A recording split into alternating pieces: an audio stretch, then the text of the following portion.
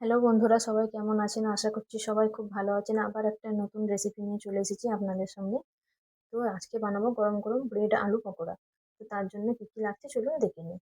প্রথমেই নিয়ে নিচ্ছি এখানে ব্রেডের 4টে সাইড আমরা খুব ভালো করে কেটে নেবো। এই রেসিপিটা খুবই তাড়াতাড়ি হয়ে যায়, খুবই ভালো হয় খেতে। শীতের সন্ধ্যায় এরকম গরম গরম ব্রেড পকোড়া হলে আবার কি চাই। এই তো 4টে সাইড আমরা কেটে নিয়েছি। প্রত্যেকটা ব্রেডের 4টে সাইড এইভাবে কেটে নেবো। নিয়ে একটু বেলে পাতলা করে বেলুনের সাহায্যে আমরা বেলে নেবো। একদম পাতলা করে বেলে নেবো, প্রত্যেকটা ব্রেডই এরকম বেলে নেবো। এই তো বেলে নেওয়া হয়ে গেছে। এখানে আমরা পাত্রে একটা বেসন নিয়ে নেবো। এখানে আমি 4 চামচ মতন বেসন নিয়েছি, আপনারা আপনাদের কতগুলো পকোড়া হবে সেই হিসাবে বেসন নেবেন। এখানে দিয়ে দেবো লবণ বেসনের অনুযায়ী, আর দিয়ে দেবো সব রকমের পাউডার মশলা। এখানে দিয়ে দেবো লাল লঙ্কা পাউডার মশলা, একটু দেবো ধনিয়া পাউডার মশলা, হলদি পাউডার মশলা, সবকিছু দিয়ে দেবো। এখানে জিরা পাউডার দিয়ে এখানে জল দিয়ে পাতলা করে ব্যাটারটা গুলে নেবো।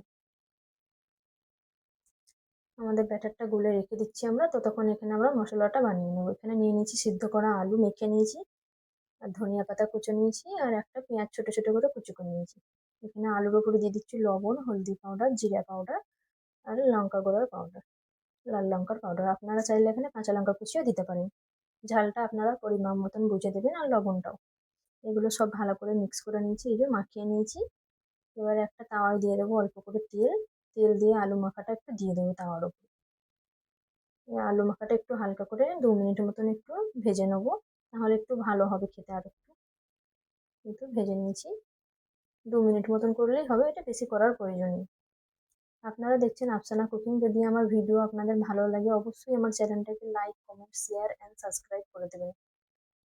এই তো আমাদের আলু মাখা হয়ে গেছে। এখানে আমরা ব্রেড নিয়ে নিয়েছি একটা, দিয়ে দিলাম একটু আলুর মশলাটা। এখানে আমি চিজ দিচ্ছি, আপনারা চাইলে চিজ দিতেও পারেন আবার নাও দিতে পারেন। চিজ ছাড়াও এটা দারুণ খেতে হয়। এই যে আমরা এইভাবে এটাকে পাক দিয়ে নেবো, একটু মুড়িয়ে নেবো। এখানটা দিয়ে দেবো একটু বেসনের ব্যাটার। বেসনের ব্যাটারটা এখানে দিলে তাহলে জয়েন্টটা ভালোভাবে হবে, মুখের কাছটায় খুলবে না। এই দেখুন কত সুন্দরভাবে হয়ে গেছে। আরো একটা আমি দেখিয়ে দিচ্ছি।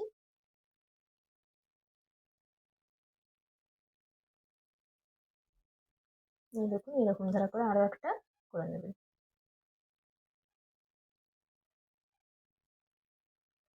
এখানে আর একটু বেসনের ব্যাটার দিয়ে নেবো, দিয়ে এখানটা ভালো করে জয়েন্ট করে দেবো।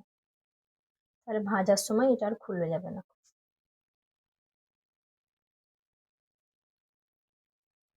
এই দেখুন আমাদের প্রত্যেকটা ব্রেডে করা হয়ে গেছে মশলা দেওয়া। দেখুন বেসনটা আমরা কত পাতলা করে গুলে নিয়েছি, একদম পাতলা করে গোলা হয়েছে। এখানে কড়াই নিয়ে নিয়েছি, দিয়ে কড়াই দিয়ে দিলাম তেল। তেল গরম হয়ে গেছে, আমরা এবার একটা একটা করে পকোড়া দিয়ে দেবো। বেসনে ডুবিয়ে ডুবিয়ে এরকম করে দিয়ে দেবেন। প্রত্যেকটা আমি দিয়ে নিলাম। এই যে যখন দেখবেন এরকম লাল লাল হয়ে গেছে তুলে নেবেন। প্রত্যেকটা পকোড়া দেওয়ার পর দেখবেন, প্রত্যেকটা দিতে আর করতে দেখবেন বাকিগুলো ভাজা হয়ে যাবে। হাই ফ্লেমে হবে এটা। এই দেখুন আমাদের কত সুন্দর হয়ে গেছে। এবার আমরা এটা দেখে নেবো।